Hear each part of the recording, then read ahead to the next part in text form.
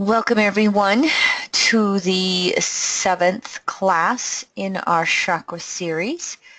Today we're going to look at the crown chakra and enlightenment. And before we do though, our housekeeping slides. Here at EAN, you can study evolutionary astrology with us 3 different ways. You can listen to our free weekly audio podcasts, you can subscribe to our astro library, or you can enroll in one of our multimedia course segments. Here's our astro library. It contains a dozen plus years of material by myself and other evolutionary astrologers through various events and webinars. You can see on your screen we have 3 different sections to the Astro Library. You can subscribe 1 month, 6 months, 12 months, or you can do a monthly recurring that can be canceled at any time. Here's our EAN multimedia course. You can see we have 3 different segments that you can enroll in. Segments 1 and 2 are available with the materials only, which is the binders and DVDs that you see on your screen, or you can get them digital only, or you can get all of the above, materials and digital access with them. If you are new to evolutionary astrology, you can always contact Leroy. There on your screen is our phone number and his email address to help you on your best learning path of study. And so again, what we're going to be working with tonight is the 7th chakra, as we have named them, called the crown chakra and enlightenment. We're going to go through a few slides at the beginning here that have been the same for all 7 classes. Thank you for allowing me to do this, because then each of these classes can also be a standalone. Here's some books, some more information if you would like to read up on the chakras yourself. Here's how the number 7 is significant in more than just the chakras. The 7 days of the week, the 7 notes to the major scale, the 7 colors of the rainbow. The number 7 was included in many different stories through various philosophies as well, as you can see on your screen. The chakras do originate from Eastern philosophies, and they're known to be the consciousness behind manifestation. They are the nerve centers that run along the vertical alignment of the body that then manifest and have rulership over those areas they're connected to. And so the chakras are known to vitalize the physical body. In other words, consciousness creates matter.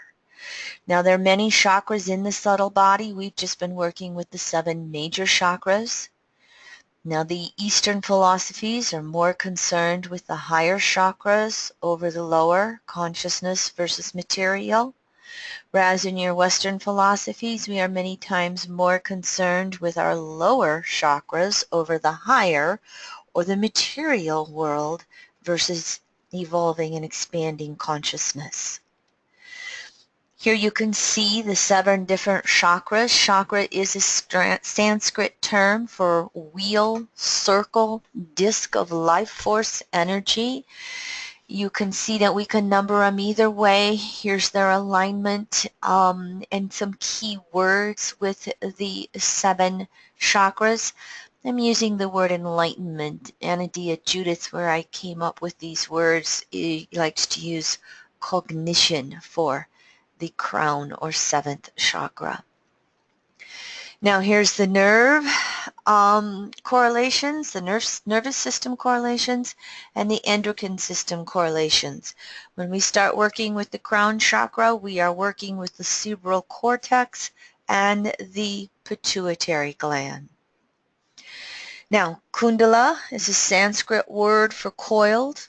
Kundalini was the Hindu goddess known as the sleeping serpent, coiled around that root chakra.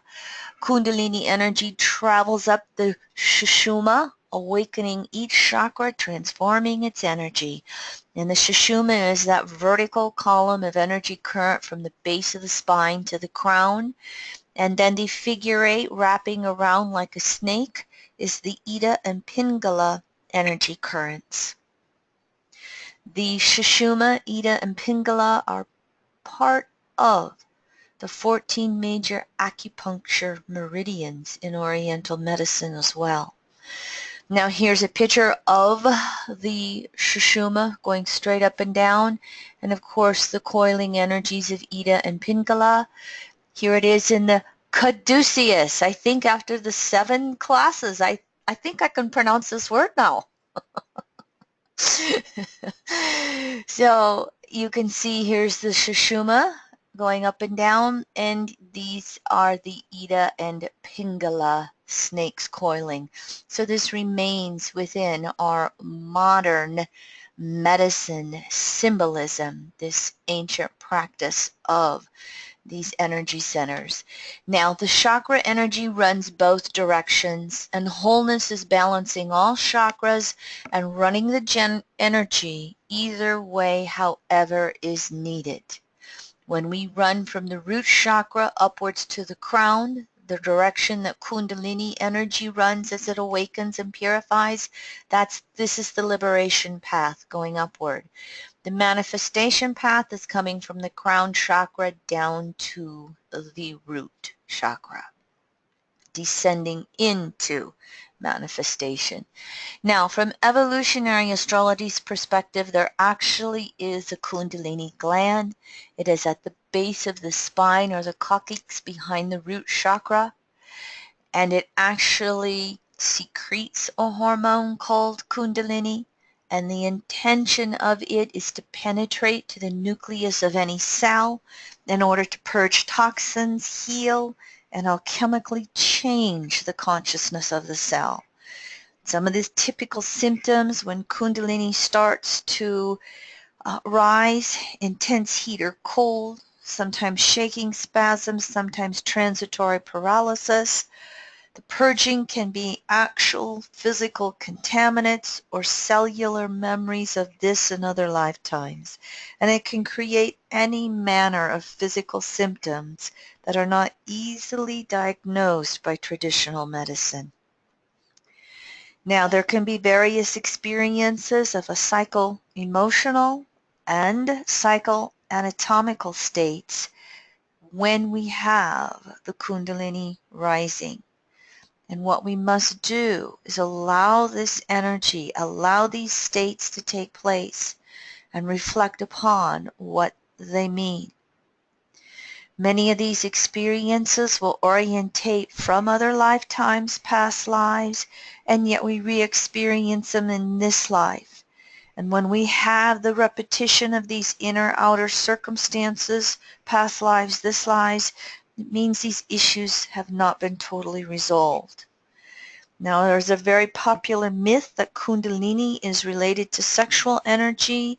This is not absolute. It is just because the sacral chakra is only a few inches above the root chakra. And when the Kundalini rises, the first chakra or the second chakra is what it runs into next. And so what can actually happen with the Kundalini experiences is an increase or a decrease in sexual energy. Now, when we look at the chakras from the perspective of health and wellness, they combined with the planets and their rulerships to understand areas of strength and weakness in the body. So the planetary rulerships, for instance, the sun having rulership of Leo and the sun having rulership of heart and everything related to heart imbalances and diseases, that's going to be a foundational rulership. The chakra and the sun being the ajna part of the 6th chakra becomes a secondary rulership. The chakras add on to the primary planetary rulerships when you're looking for health and wellness areas.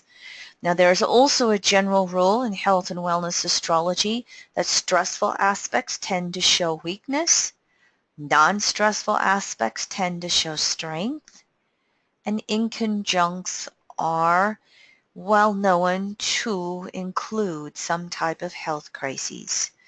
As always, all rules have exceptions. We need to observe and correlate to see if it is actually a weakness or a strength. Here's a page from Jeffrey Wolf Green's old book on Uranus showing how he gave rulerships to the 7 chakras, and these are the rulerships we have been working with throughout this series. And this is based upon an ancient Indian system that he studied, and then he put in the rulerships of the 3 outer planets. So the crown or enlightenment chakra has one ruler in evolutionary astrology. It's Neptune, and it does not have any sound when you are listening to the vibration of the 7 chakras. Here's a picture of the crown chakra from Anadita Judith's materials. The crown chakra Sahasrara. Good luck pronouncing it, and thank you for allowing me to mix up the word. It is the color violet. It is the 7th longest wavelength, the 7th slowest vibration on the visible spectrum. The Sahasrara is known as thousandfold or thousand-petaled. In the Hindu world, the number 1 in the 1,000 is known as infinite from their language.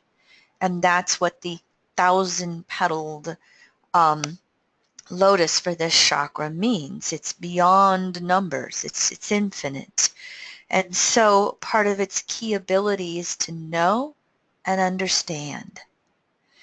Key expressions from Anadita Judith: thought, knowing, information, understanding, transcendence, meditation, enlightenment, consciousness.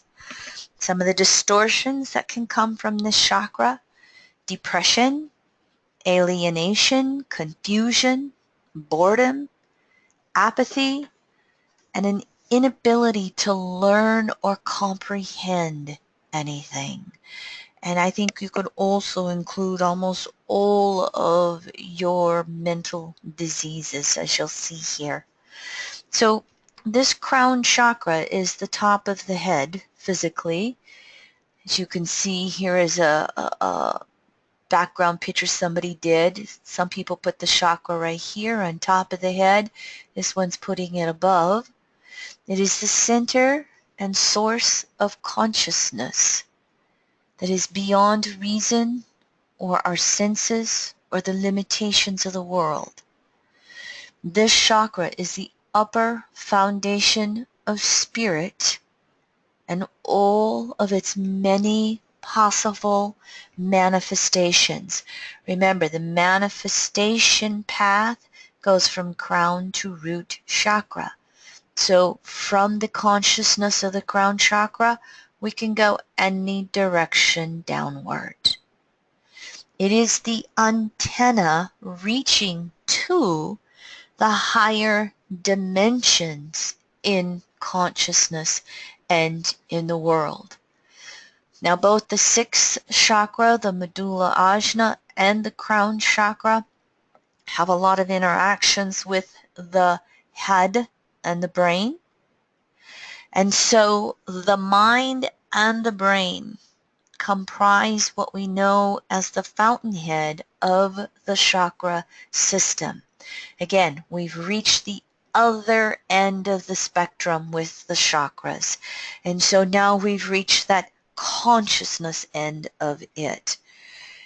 Each chakra, 1 through 6, will be considered an aspect of the quote-unquote mind. And the 7th chakra is going to be the master controller of the mind, and therefore all of the 6 chakras below it. To give you some example here, as we start to look at this chakra and the brain and the mind, the human brain has 13 14 billion interconnected brain cells. And so one of the qualities of the crown chakra is the quality of withinness, the ability to go within the mind for accessing knowledge that has no locality in space and time. We have 100 million sensory receptors in our body. We have 10 trillion synapses in our nervous system. And our human mind is 100,000 times more sensitive to our internal environment than the external environment. Just think upon this one. When we're in this temple of the soul called the body temple, and we're so bombarded in our world with everything that's going on around us, and yet we're 100,000 times more sensitive to what's happening within, whether we are consciously aware of it or not. So the crown chakra is known as being omnipresent, everywhere, anywhere, at once. We're within, we're without. We're conscious of ourselves, and we're conscious of everything else. It is the chakra that is known as enlightenment, but enlightenment must include the integration of information and knowledge and understanding and consciousness. It means that we've got to be able to hold that energy of everything, everyone, within ourselves, without ourselves, our inner world, our outer world. It's that ability to understand and blend everything. Now, many of us know that consciousness and matter are interchangeable. And so in the Hindu world, they would look at Shiva as the seed, the pattern, and pattern is a modern word for pater or father, and Shakti was the form, the manifestation, and matter is a modern word for mater or mother. And so the crown chakra is furthest removed from this material world, but it is the consciousness seed. It is where Shiva enters and leaves the body. So it is the chakra with the greatest versatility, with the greatest ability for movement. And we know that that immaterial consciousness is the key force behind the manifestation of any forms that exist in space and time. So that scope of consciousness within the crown chakra is greater than words can convey. As I've been prepping for this class over the last few days, and as I would read various areas, in some ways it was understandable, but in some ways it was like, so how do I put this together? How do I, put it in such a way that we can understand it, that we can start to represent what the crown chakra is? About the only thing Jeffrey Wolf Green's teachings would say is by the time you're in your crown chakra, you've left your body. To really be in the crown chakra, you're out of your body, i.e. dead. Anadia Judith is a little more gentle than that, as you can see here from her words. But part of her whole point is that the crown chakra is beyond words. It is something that must be experienced. The crown chakra in Eastern philosophies is known as the seat of the soul.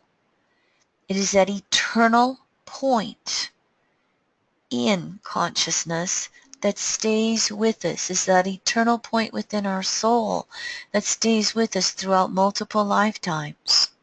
As I said in the screen before, it is the Shiva point in which the soul enters the body at birth and leaves the body at death. So this takes place through the crown chakra. Now, for those of you who have ever had out-of-body experiences or can see the etheric world, when we dream, there is a tendency to leave the body, and in the dream world, we'll leave the body through the, I think it's called the medulla oblongata, the base of the brain in the back of the head, the primary brain. And when we are in the dream world and consciousness leaves the body, there's always a silver cord attaching the soul to the body. So when we leave in the dream world and come back in the dream world and wake up, we are leaving and entering through the primary brain at the back of the head, base of the head and back. And again, there's always that silver cord attachment. That's how we get back in. But when we leave the body at death, we go out the crown. When we come in at birth, we come in the crown. Now the nature of consciousness, as you can see, is to both manifest, to descend from the crown chakra into the body and manifest through the body, but it's also to liberate. So as the Kundalini rises and as we expand in consciousness, the liberation part is the ability to recognize more than what's manifested, to recognize ourselves as a part of the universe, as part of cosmic consciousness, as we may call it. So consciousness is considered to be a force, what they call the sattva guna or quality in the Hindu world. Kundalini is a force of consciousness. Kundalini is an evolutionary force, a purification force, an expansion of consciousness force, an evolutionary force. And what we all have a tendency to do is create, on a soul level, our own individual matrix structures in consciousness that become our personal belief systems, and then the ordering principles in our lives that create the manifestations in our lives, that create the manifestation of this body. There's a reason why female gender is different than male. There's a reason why your body structure is different than my body structure and vice versa. And that's all part of that matrix of our own personal consciousness that then comes through into the manifestations of our world. Now, there are two types of consciousness within the crown chakra. The cognitive consciousness, or that which descends and becomes concrete information and form, what Anadia Judith would call the lower half of the crown chakra. And there is the transcendent consciousness, the upper half of the crown chakra, or that which expands and travels outward toward more abstract planes and awareness. And so understanding and enlightenment with the crown chakra requires us to constantly transcend what we know up to this point. and focus the attention, rising to new and deeper levels of organization. In other words, we're always building upon information, knowledge. We're always trying to understand it in more expansive ways. What EA will call the consensus individuating and spirituating states of consciousness within the souls.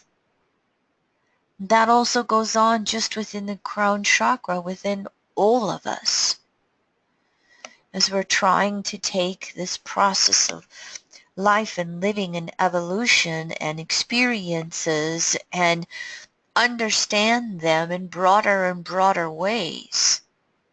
And what we learn to understand is more and more complex ways of the universe being put together in ever synchronistic levels.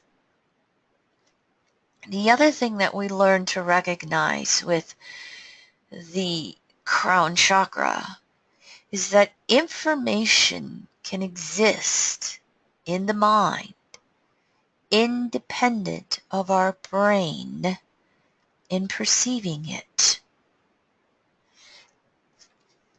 For instance, leading up to this, let me explain this a little better. Rupert Sheldrake was I think he was a physicist, I don't remember for sure who he was, but he was the one who came up with the term morphogenetic field. And morph is form, and genesis is coming into being. Here's that consciousness and matter thing again. And so he proposed that the universe functions by habits or patterns that are created by the repetition of events over time. And this repetition of patterns will create a higher dimension, which then increases the likelihood that an event will fall into that pattern. In other words, for me, as I would say it simply, the consciousness of a feline will manifest into feline forms.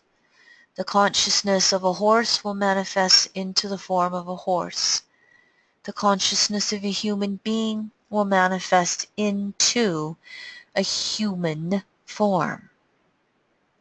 So we have that condensation that becomes organized. And yet that in and of itself continues to expand and evolve through new experiences, what we would call evolution.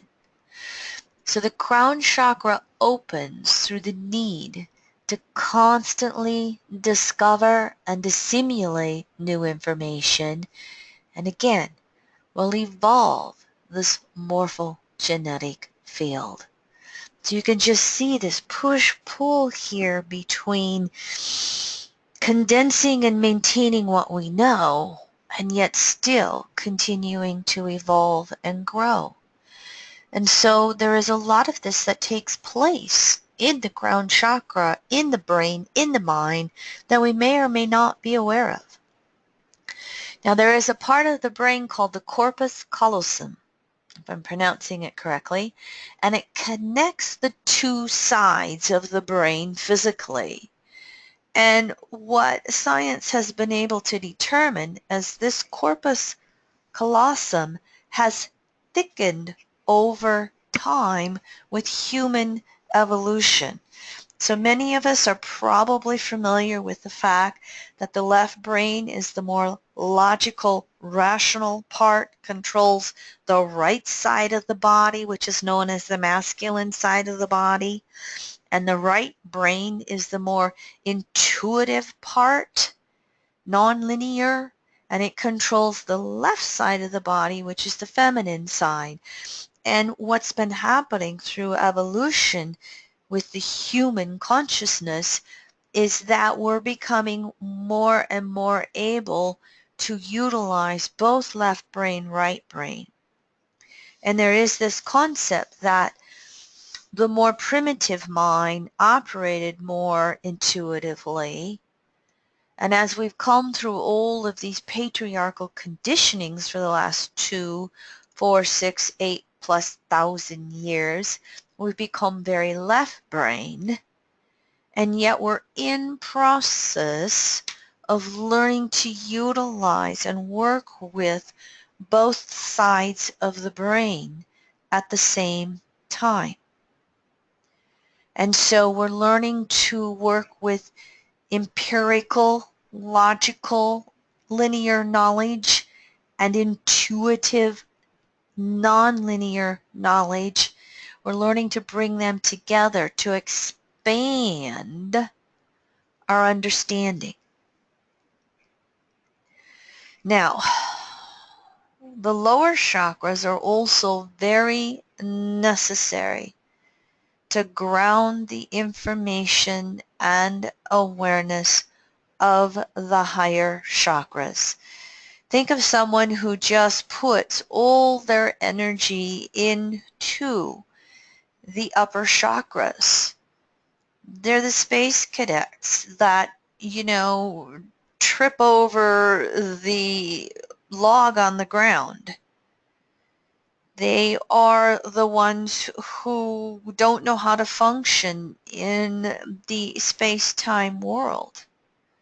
So we function best when we can have grounding of the lower chakras as well as integration of the higher chakras.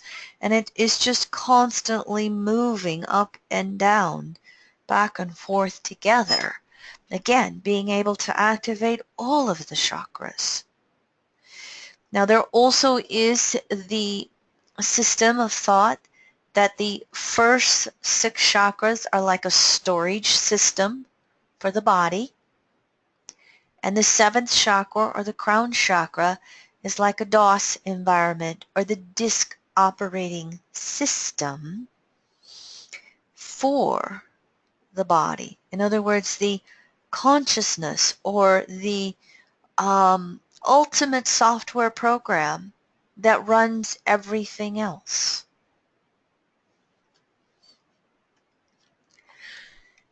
Now, Akashic is a Hindu term for spirit. And the Hindus know the crown chakra to be the way that we access the Akashic records, or the realm where all information is stored. And in the world of physics, science is beginning to understand that there is a non-locality of information that allows for unlimited and constant access to anything that one might wish to know.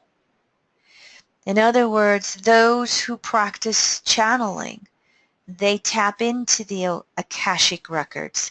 The psychics who tap in to the Akashic records, those that tap in to that immaterial consciousness that is there, the ultimate dimensions, what someone would call 4th dimension, 5th dimension, the expanding dimensions of consciousness where information is always available to access.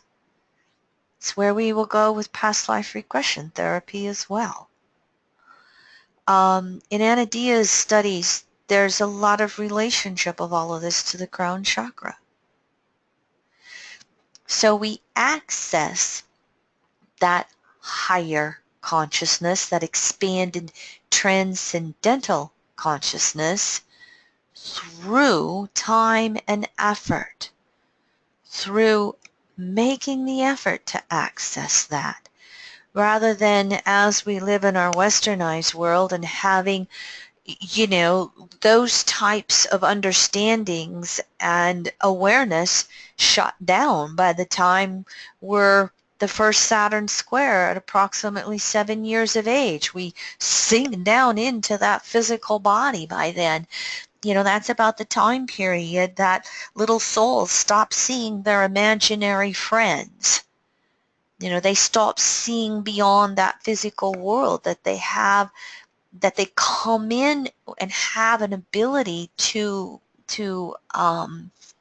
know so much about. When a baby's born, you know how that area on the top of the head, it's soft. The bones of the head have not hardened yet.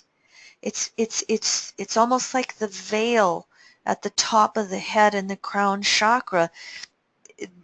The literal softness of the bones allows these young souls to kind of come in and out of their bodies and to be able to access that expanding consciousness that's beyond physical. And instead of accepting and encouraging it, we close it down. We bring them through and lock them down into the crystallizing core of the root chakra, Saturn. And so learning how to really open up the last two chakras, I would say it's both the medulla ajna sixth chakra and the crown chakra. The most common way of doing it is meditation. And meditation is becoming a clear channel, the ability to quiet the mind and empty it. The ability to allow that sense of self to almost go into the background as we become more and more aware of that broader connection to the rest of the world. So here again, that key understanding that enlightenment is a process. Do we have those situations where somebody has a spontaneous, major recognition? Yes, but it's not what's common. It's, what is that author? Eckhart Tolle? If you listen to his life story, it's almost like he had a spontaneous moment in which he had an immediate expansion of enlightenment in consciousness. What was this book? The Power of Now or something like that? And so now his whole life is trying to find the words to help people understand that momentary experience and rite of passage that he had in an almost instantaneous way. But for most of it, it really is that a process of learning how to do it.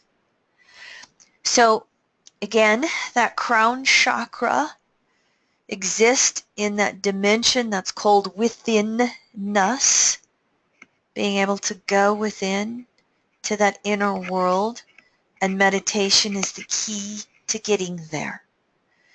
There are many, many forms of meditation. There's no right way or wrong way. One of the most popular ones over the last 30, 40 years is transcendental meditation. And what this practice typically is 20 minutes per day, quieting the mind, relaxing the body, and repeating a specific chant. The chant's usually given by the teacher to the one who is learning TM. Jeffrey Wolf Green would teach that meditation is as simple as counting your breath. Because when we first start meditating, it gets very hard to quiet the mind. And so you just want to concentrate on the breath. And you can literally, inwardly repeat the words in, out, breath in, breath out. Or 1, 2, 1, 2. then he would say for beginners of meditation, again, this is the most practical way to start the process and practice of learning meditation, and that simplification of calming the mind. Now, because transcendental meditation has, oh, I got mediation. I spelled the word wrong. I'll correct that. Because it's been, TM has become so popularized that they've actually been able now in modern times to study the brain. And so there are actual brainwave changes. And what meditation does is increases the alpha waves, which are the brain waves that create a relaxed state of mind and greater awareness. Meditation also will calm down the body, and they can tell through studying the brain that it will create a greater state of rest than sleep.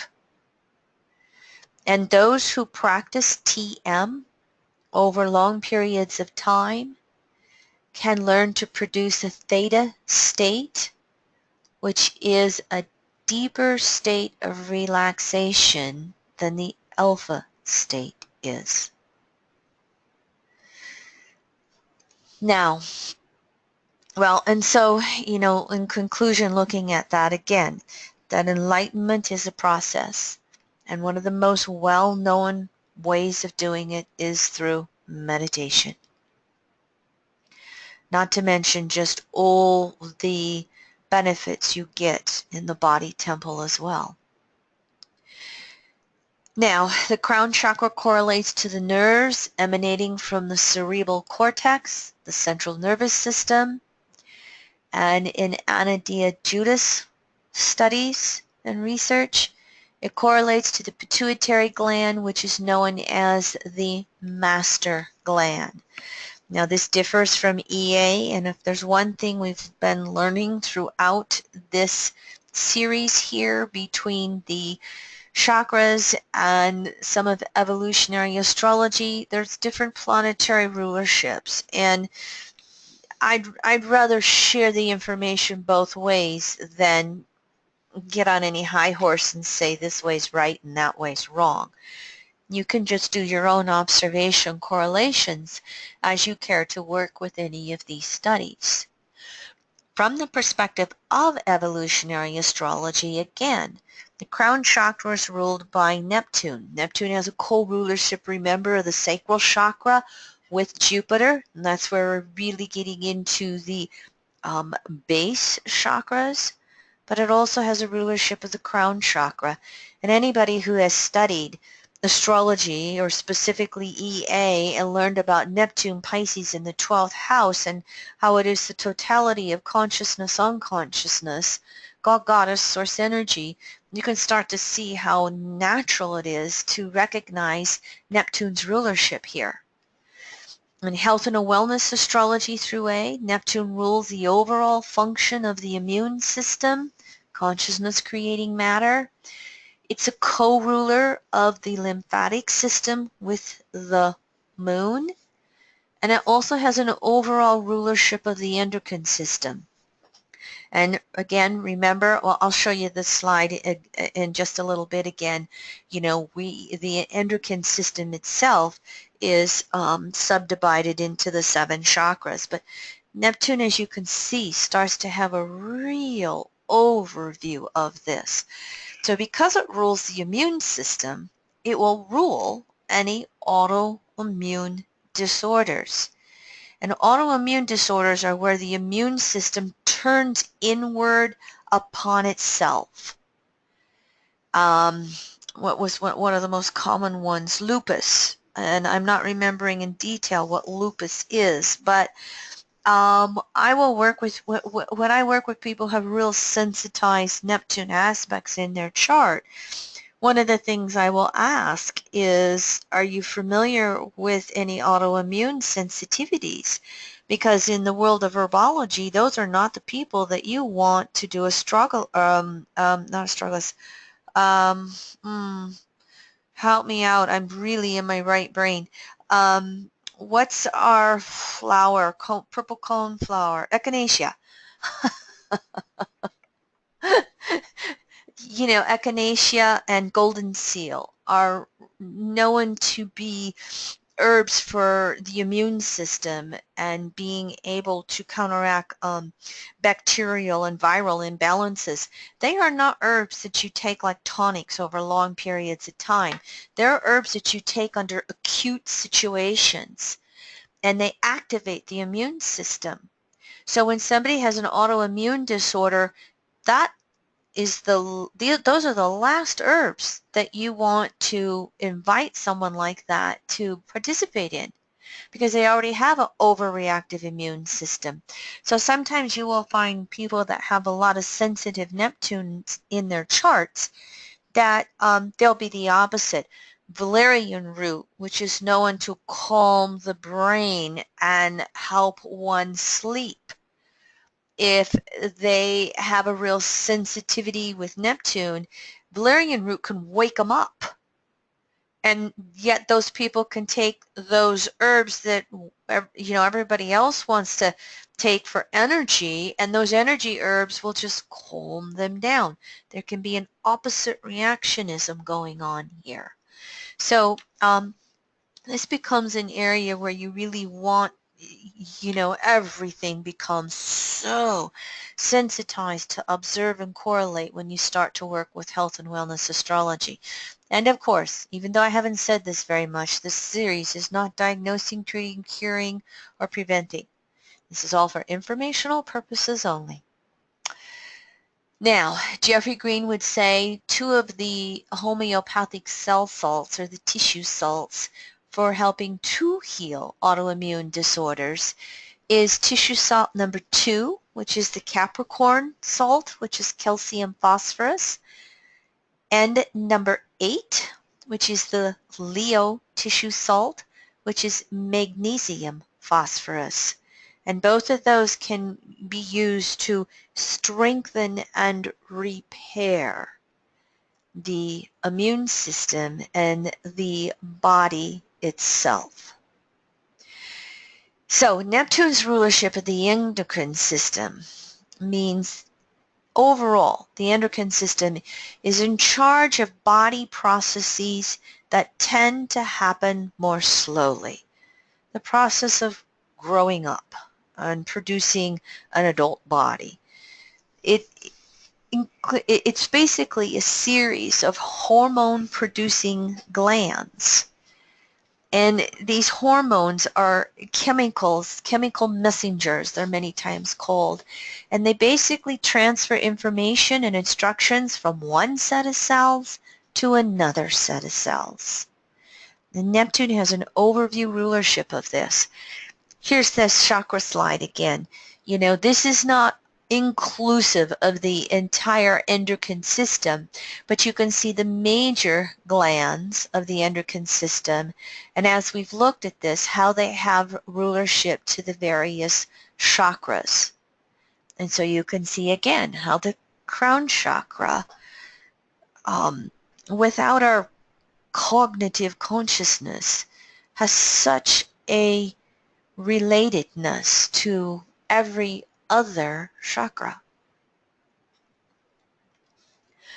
Now, Neptune is known to also rule the pineal gland. Anadia Judith wants to put crown chakra rulership to the pituitary. EA puts the pituitary to Jupiter and Saturn, growth and decay. The pituitary is that master gland that regulates growth and decay. So there gets to be a different rulership specifically. EA puts the pineal gland with Neptune, and the pineal gland is that biological clock. Pineal produces the melatonin, which regulates consciousness and sleep. And so melatonin functions to dissolve those Saturnian boundaries of space-time. One of the derivatives of melatonin is melanin, and it has to do with pigmentation in the skin. And so Neptune will have rulership over racism. Whether you have white skin, brown skin, red skin, yellow skin, to use the Native American 4 colors of our skin. I've not really done a lot of study on this to know if there's certain ways it can show up in the astrological chart that will be relative to this. But this melanin, when you get into Neptune aspects, say, to the sun and the moon, which rules the eyes, that can be part of what causes the 2 different colors in the eyes. It'll be aspects between Neptune, moon, sun. There might be other factors involved, but they tend to be part of it. And so overproduction of melatonin is the causative factor in all the different psychoses, all the different neuroses, the multiple personality disorder, schizophrenias, delusions, the hearing of voices, the seeing of others, beyond the physical body. All of that stuff tends to be distortions with melatonin. And so when we meditate, it has a calming effect on melatonin. Meditation has a calming effect on all of the different psychosis states.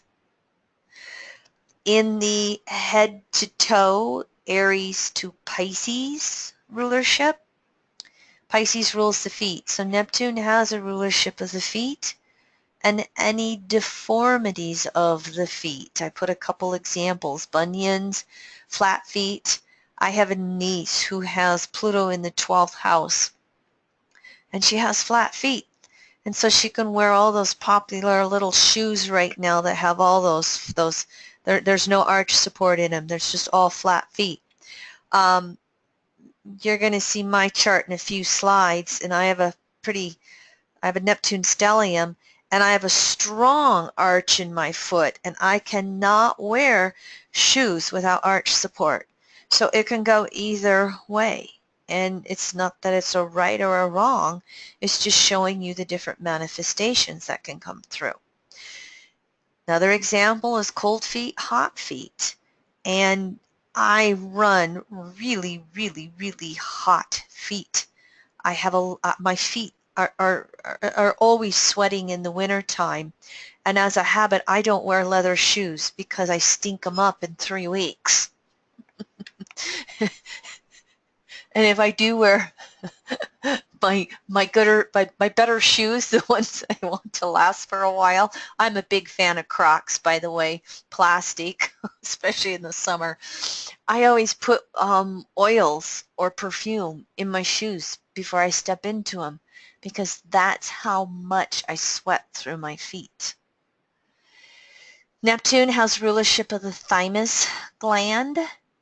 In Anadia's system, remember, thymus was placed into the, I think she put it in the 4th chakra, right in the heart area. Some feels it's 4th chakra, some feels it's 5th or throat chakra. But in EA, Neptune has rulership of the thymus. And this is the gland that creates the coating of the cells from the bone marrow to function in the immune system. So I've got a couple of different slides here for you, because again, Neptune rules the pineal gland, producing melatonin, which is directly related to the expansion of consciousness and moving beyond the space-time body. And as we've seen in several of these classes, there is a specific one-way direction. There's a triune in the brain. Here's the pituitary, here's the pineal, and here's the hypothalamus. And so there's a traveling energy here between these 3 glands in the brain. Uranus has rulership of the hypothalamus. This is the body's thermostat, regulates hormones, has an impact on the pituitary, ruled by Jupiter and Saturn again, the master gland with growth and decay, which has an impact on the pineal and the expansion of consciousness through melatonin, which has an impact on the hypothalamus, and round and round and round it goes.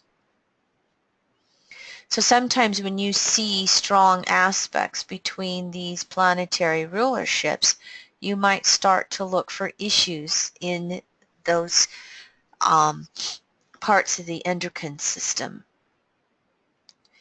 Now the thymus gland is again, it's a specialized gland of the immune system where T cells or T lymphocytes mature. T cells are critical to an adaptive immune system where the body will adapt specifically to different foreign invaders. You're exposed to different types of bacteria. You're exposed to toxins from an insect bite.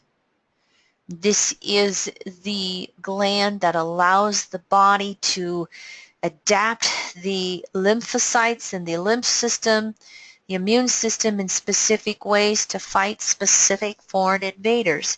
It's how we build up the immunity to various types of diseases. For instance, those of us that get exposed to a certain bacteria and we build up the antibodies to it, which is what I did when I got bit by a tick.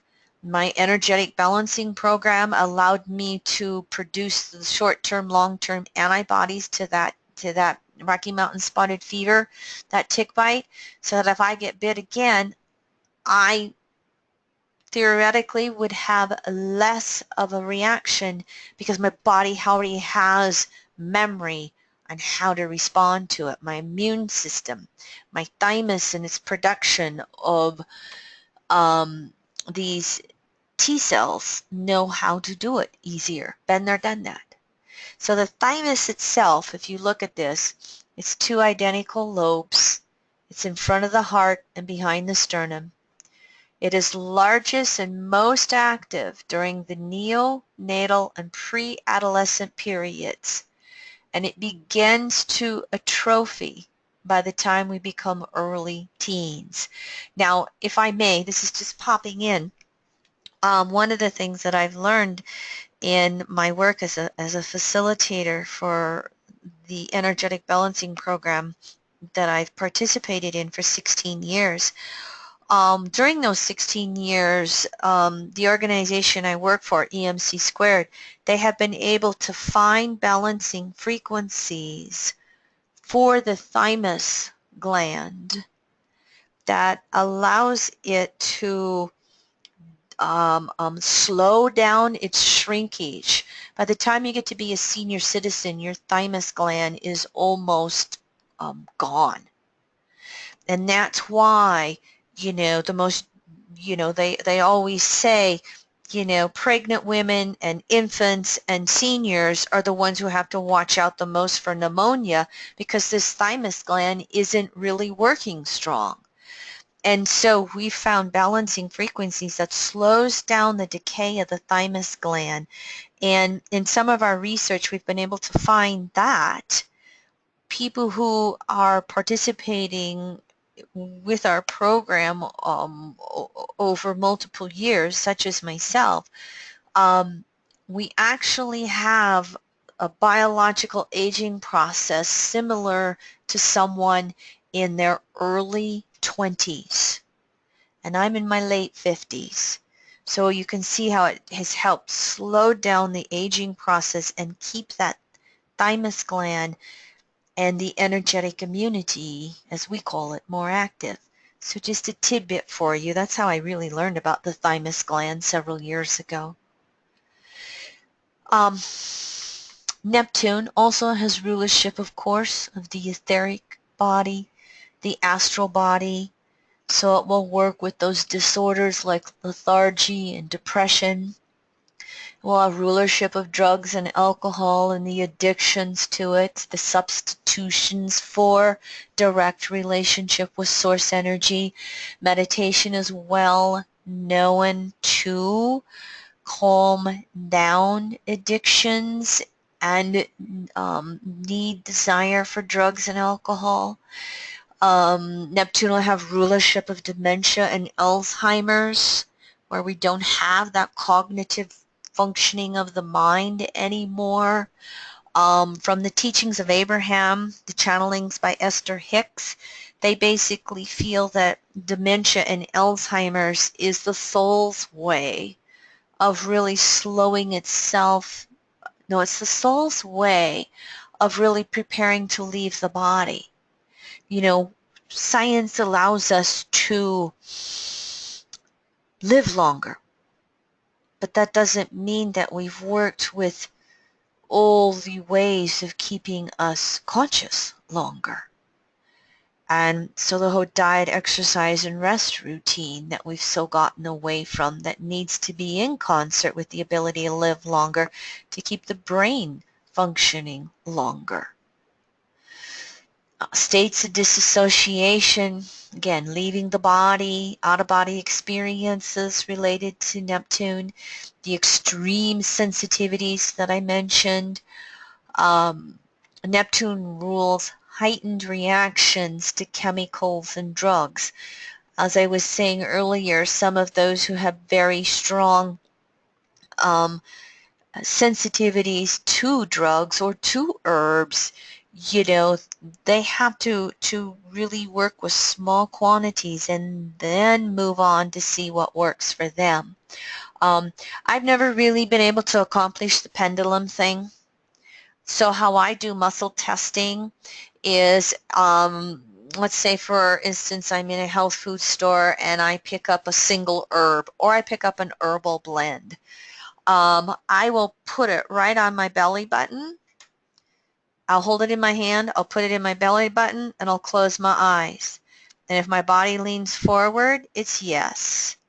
If my body leans backward, it's no. And if I say yes to the blend, I will then put 1 capsule, 2 capsule, 3, 4, whatever.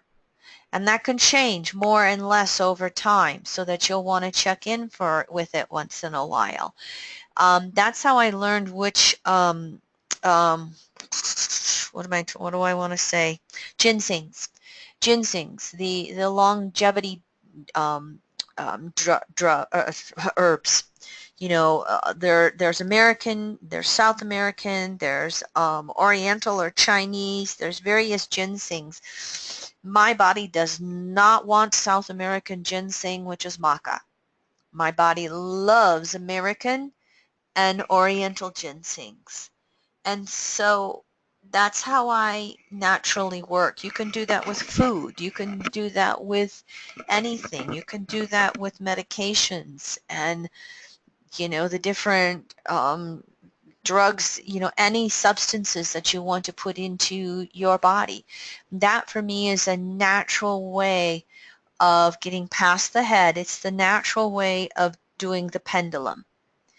Put it against my belly button, close my eyes, lean forward is yes, lean backward is no.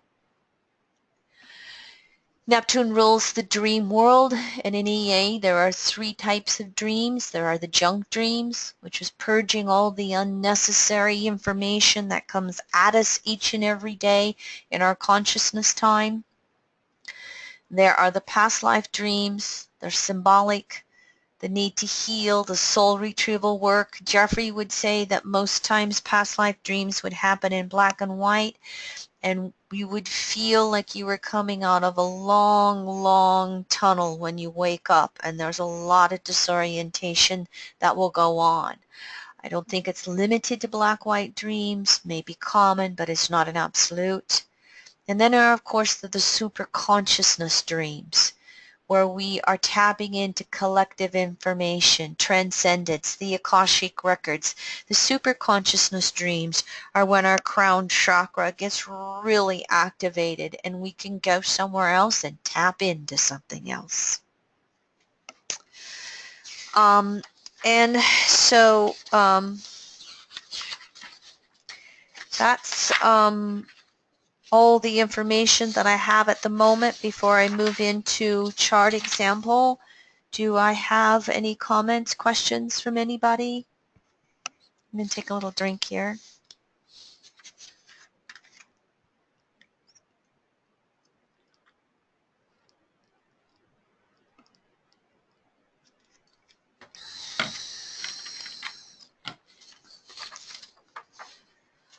All right, I'm going to assume we're okay. And here's my chart. For the tape, October 24th, 1957, 12:43 p.m., San Francisco, California. I have a 21 Capricorn, ascendant rising. 8th house Pluto intercepted 2 degrees Virgo with the Potpourri house system. Here's my Neptune.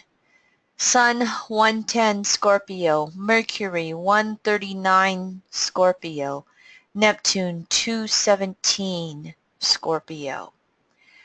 And so I have this stellium from 1 to 2 degrees Scorpio. I consider myself to be first spirituated, not in the beginning stages of it, but I'm not second spirituated yet. I'm moving along in that first spirituated state.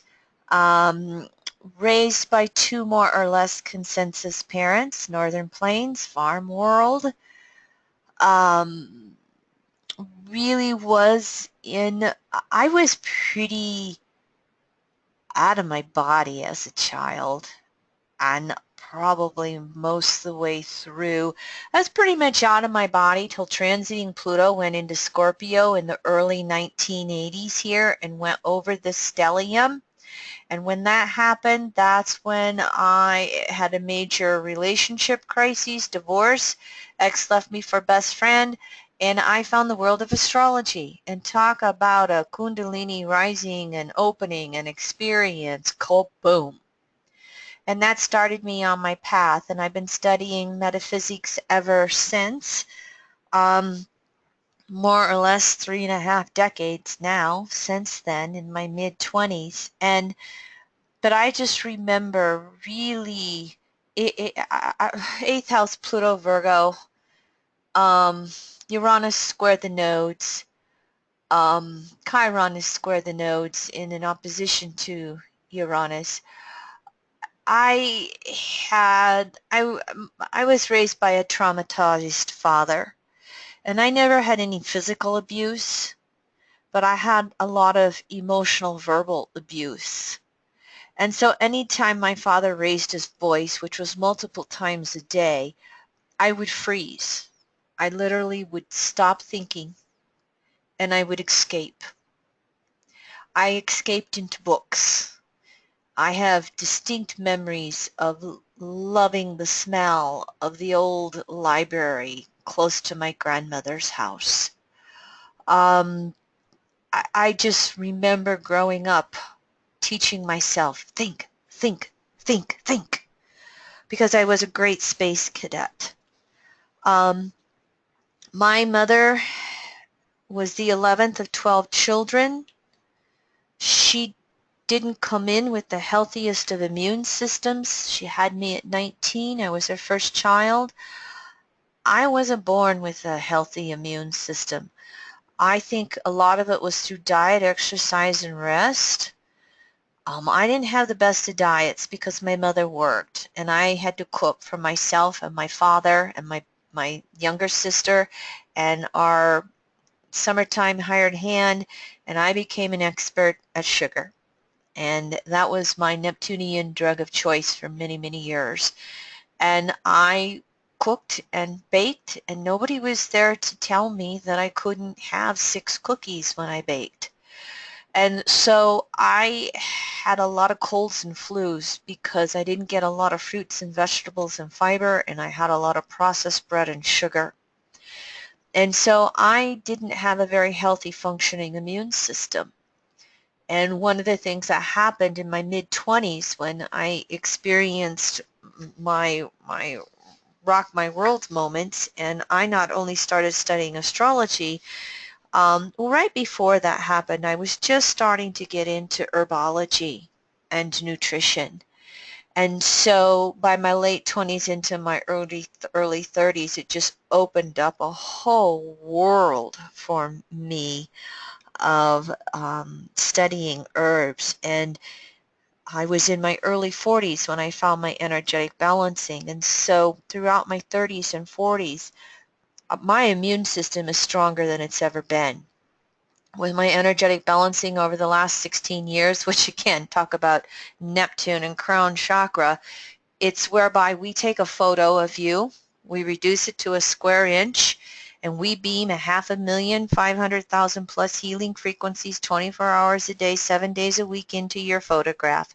And via the world of quantum physics, it's not a physical photograph only, it is an energetic representation of you vibrationally, your soul, and you receive those frequencies anywhere you are. And so I have went from having so many colds and flus that my mother was on first name terms with the pharmacist in our local little town. She didn't even go to the doctor. She just stopped in at the pharmacist and he would give her another round of antibiotics for me to take. So I went from, you know, a childhood and young adulthood of antibiotics to I don't remember the last time I've taken them. And absolutely just having no colds or flus whatsoever. That's the Scorpio part of how Neptune in Scorpio can just have such a metamorphosis in awareness.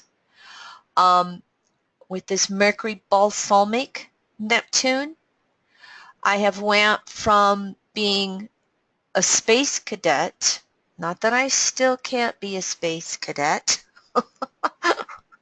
but I have went from you know, just freezing and not being able to speak or talk or think or remember anything to, you know, being able to come up with details that are like, well, boy, I pulled that one out of my hat, pulled that one out of my consciousness some way, tapped into that some way. Have worked with over time watching my intuition just expand more and more and more. I don't call myself a psychic, just an intuitive, but I've just, maybe it's just through practice, but I've really learned to be able to read the archetypes in astrology and pull things out that I couldn't have done 5 years ago, 10 years ago, 30 years ago. Now, if you haven't caught this one yet, solar arc Pluto recently just went over my sun. So I've got solar arc Pluto going over Sun, Mercury, Neptune throughout 2016-17. And that's also bringing a real sharpness to the whole intuition. Oh, the other thing I was going to say with Mercury balsamic Neptune, this is left brain conscious mind, Mercury, surrendering to the totality of consciousness, Neptune. And so again, being able to go from being space cadet to remembering details of things that other people don't. Now, I will qualify this. Scorpio is known to really have a laser sharp focus, that psychological detective wherever it turns that eagle eye. But if it's not interested, out of sight, out of mind. So there are lots of things that I don't remember because I'm not interested. I don't care. My sister with a Virgo moon can remember all kinds of things from our childhood that I don't remember. But whatever I am focused on, which is typically metaphysics, that I will have an ability to remember. I've also found that over time I have a really good interplay between left brain, right brain. And I think that's why I've turned out to be an astrological teacher, because you've got to be able to have all the left brain astronomy, the math, the aspects, Mercury being able to go into that detailed world, as well as the right brain, ninth house, Jupiter, intuitive understandings. So I think I've got kind of a merging, like they talked about here in Anna Diaz's work about being able to merge that left brain, right brain, and have it work together. I've definitely noticed that in a lot of my metaphysical studies along the way.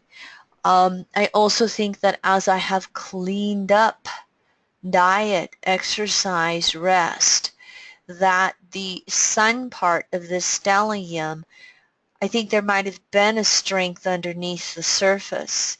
It was just the poor diet that had such an effect on my lymphatic system, and I was continually getting colds and flus because I was always trying to detox and release all of the processed foods that I ate.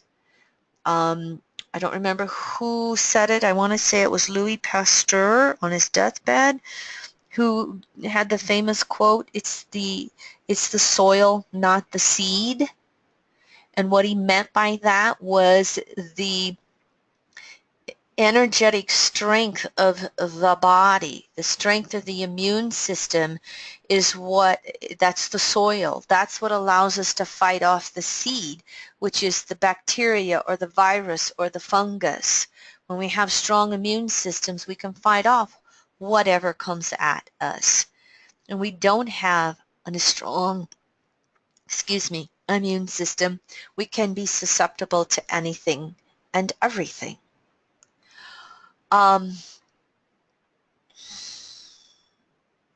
I really don't feel that I have any major health issues going on for me, other than I'm seeing the slowdown of my metabolism a little bit. I don't really have much for aches and pains. I don't have any disease labels. Thank you, energetic balancing, for the past 16 years. I feel that I've just come a long ways in watching my intuition expand. And I've also feel like I've done a lot of expanding in consciousness. When I had my first reading with Jeffrey Wolf Green, which was back in 1985, I still remember this. One of the things that he said to me when he looked at my ninth house stellium, and he looked at this Sun, Mercury, Neptune stellium, he said to me, this is the lifetime that you are going to put ultimate truth, universal truth together. And not only will you put it together, you will be able to explain it to others in such a way that they'll be able to understand it. And I think that's what this stellium with Neptune represents. I have a conscious ability, Sun, Mercury, to tap in to Akashic records in whatever ways, and then bring it out, to actually put it into words, to actually be able to explain it and share it with others as whatever ways they need it. All right, so I'll think for a moment and just see if there's, I couldn't remember being, again, I just remember being in high school, and I was so sensitized to everybody else around me.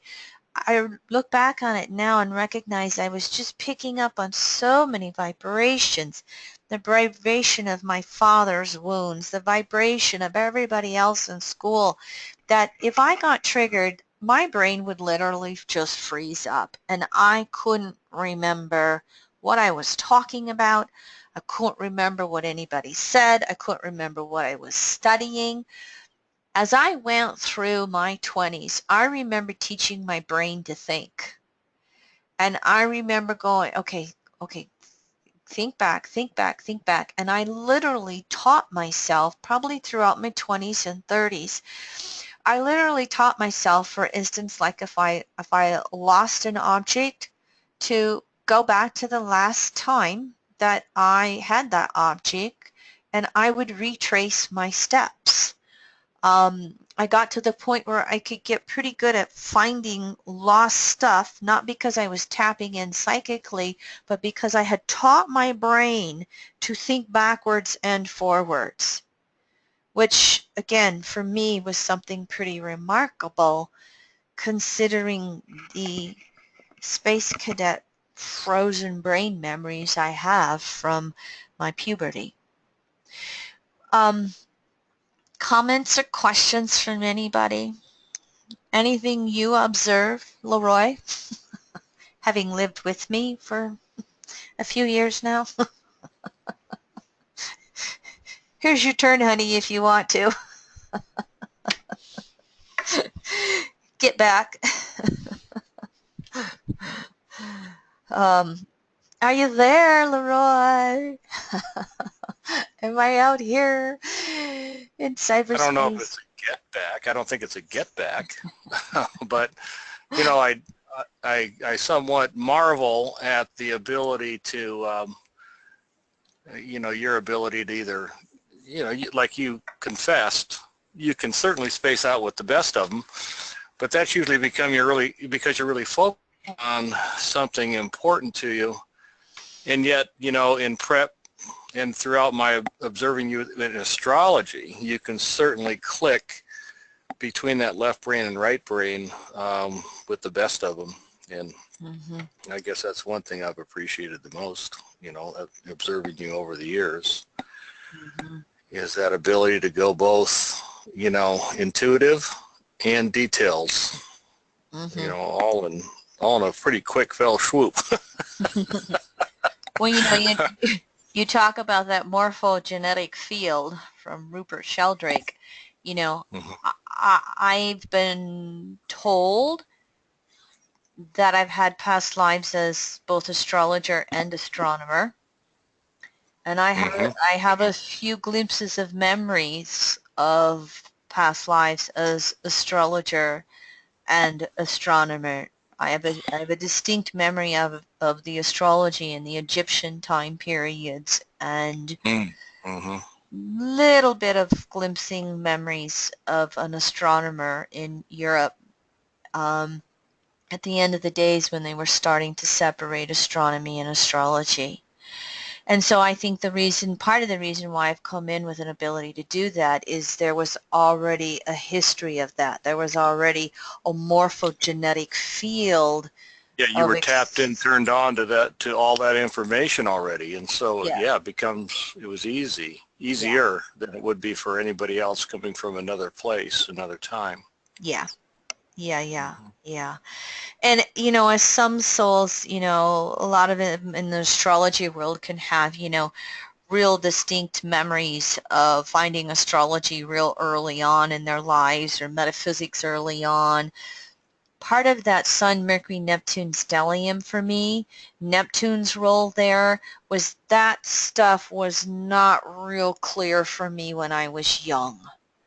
I was so sensitized that, and I think I've come off of enough trauma lifetimes that, you know, I was just the little prayer girl. Whatever you want me to do, I will try to just be the good little girl that I can be.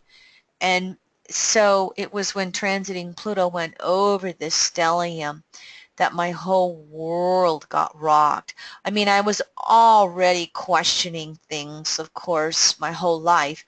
But I also think even as I was brought up through the Christian church world, not on a real regular basis. I had a mother who was very good with the golden rule.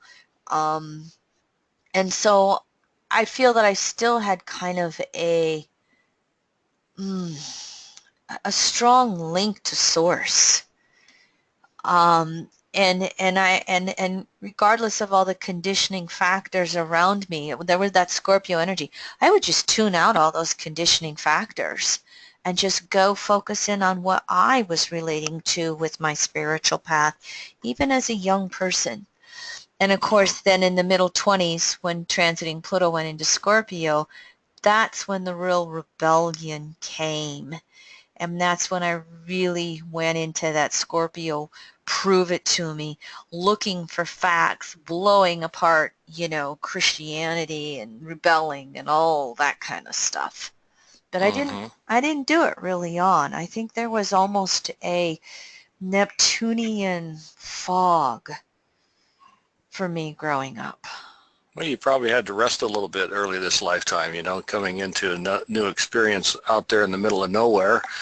It was probably necessary for your soul just to kind of wait for that Pluto transit. That was exactly it. I mean, for those of you who don't know this, I spent the first 26 years of my life on a tractor. I was driving a tractor from the time I was 12 all the way up until my first divorce at 26. So I was the land and the animals. There's all the ninth house, the nature. And I look back on it now. I didn't necessarily like being so isolated growing up. My sister and I were a cat and a dog. But I look back on it now and I do think it was very healing for my soul. I needed the simplicity of that life. Any other comments or questions from anybody else? Otherwise, I hope I've given you a few Neptune examples.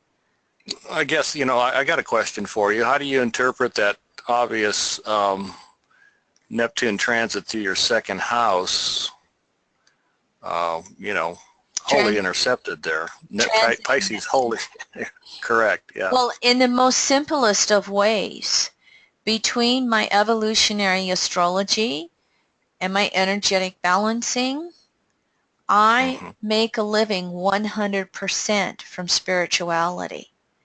Second Mm-hmm. house is talents and resources. Bringing it down, grounding it, yes. Yes, and I've added on a third occupation, which is deep memory processing, the past life regression work, which is still totally in the Piscean world of soul retrieval work and being able to ground all of that. And so Neptune's transit through my second house in Pisces here, I just feel and sense my intuition just year after year after year expanding.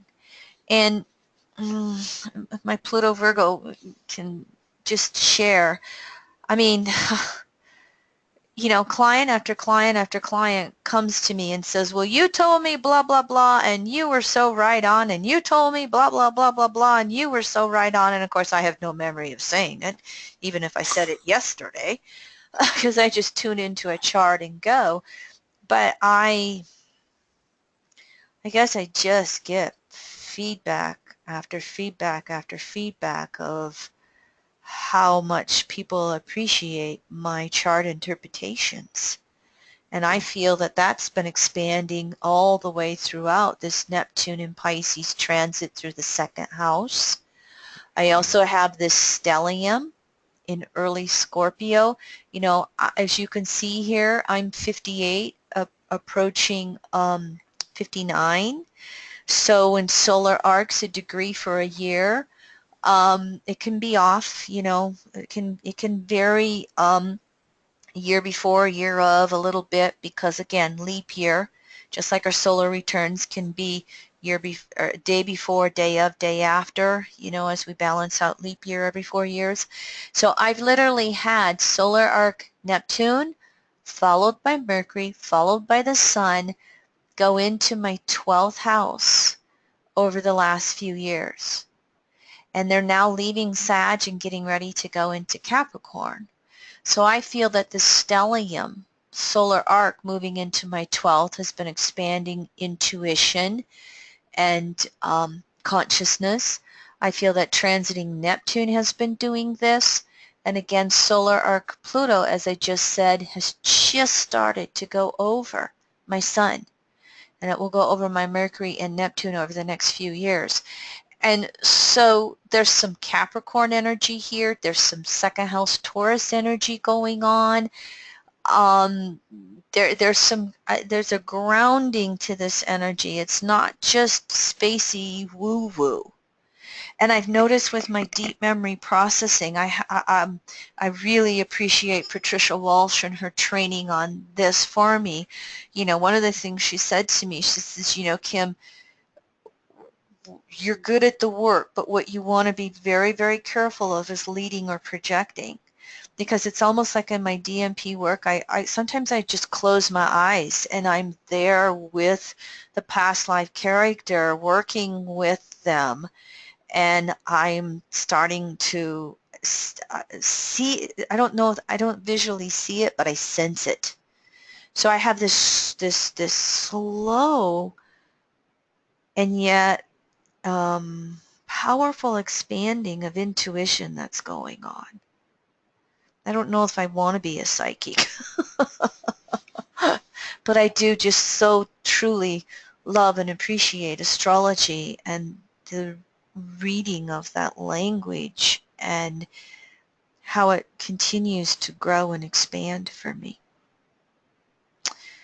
So that's how it might answer that question for you. And of course, as you can see, transiting Neptune is going to be first quarter square my Saturn 3 times this year. I also have 3 Saturn hits and my second return going on as well. You know, so the spiritual T-square with Jupiter here in Virgo, you know, Saturn in Sag, Neptune, Chiron in Pisces. It's activating on a Saturnian conscious level for me in expansion and awareness. All right. Any other comments or questions from anybody?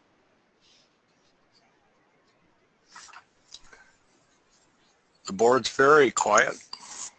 Okay. It's been a quiet series. Hopefully it's been a helpful series for all of you. And as we wind up this series, it's come to me that there will be another class that I will want to do at some point. It's not going to end up in this series, at least not right at the moment. My work world continues to be busy and inspired. But at some point, I will do a health and wellness class on the 12 tissue salts and their relationship to the 12 archetypes. I don't know when, but stay tuned. You'll get plenty of enough notice when I do that.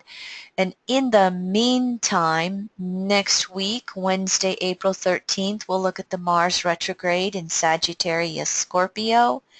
And then, of course, the end of April will be time for our free Mercury retrograde class in Taurus. And so a couple more classes here this month for you. If you care to join in, we would love to have your participation with us.